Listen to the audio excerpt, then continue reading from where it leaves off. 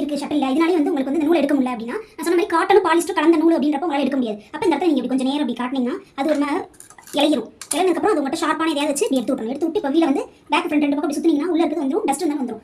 இப்போ இதில் முக்கியமானது என்னன்னா, இந்த இதில் வந்து இந்த இது இருக்கு இல்லையா, இது தேஞ்சு போயிட்டாலுமே உங்களுக்கு வந்து மிஷின் சரியாக ஒர்க் ஆகாது. அதே போல் இந்த இடத்துல ஸ்க்ரூ கொடுத்துருக்காங்க இல்லையா, இந்த ஸ்க்ரூ வந்து உங்களுக்கு லூஸாக இருந்தாலும் நம்ம பாபின் கேஸ் செட் பண்ணும்போது ஒரு மாதிரி வந்து லூஸாக இருந்துச்சுன்னா நம்ம ஊசி உடையும். இது ஒரு காரணம் ஊசி உடையிருக்கு.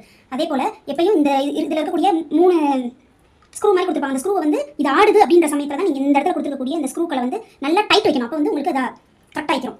இதனாலேயே உங்களுக்கு தைக்கும் போது சவுண்டு வரும். அப்போ வந்து பார்னு சொல்லுவோம். அந்த சட்டில் பாரு, இந்த சட்டில் வந்து லூஸாக இருக்குது அப்படின்னா அதனாலே உங்களுக்கு வந்து இந்த இடம் வியாட்டி பார்த்தா லூஸாக இருக்கும். அந்த லூஸாக இருக்கும் போது இதை வந்து நல்லா டைட் பண்ணணும். ஃபஸ்ட்டு ஒன்று டைட் பண்ணிக்கிங்களா, அடுத்தது இப்போ இந்த அடுத்து இதையும் நல்லா டைட் பண்ணணும். அடுத்தது ஒன்று 3 இருக்கும். அப்போ 3ஐயும் நல்லா இறுக்கியமாக பிடிச்சி டைட் பண்ணிடணும். டைட் பண்ணிட்டீங்கன்னா உங்களுக்கு அது வந்து இந்த ஷட்டில் பார்னு சொல்லுவாங்க. இதை அப்போ வந்து இது ஆடாது, உங்களுக்கு பாபின் கேஸ் செட் ஆகிடும். இது லூஸாக இருந்ததுன்னா உங்களுக்கு வந்து பாபின் கேஸ் மாட்டும் போது ஊசி உடையும். இதான் முக்கிய காரணம். இது சின்ன மிஷினாலும் சரி பெரிய மிஷினாலும் எல்லாத்துக்கும் ஒரே மெத்தட் தான்.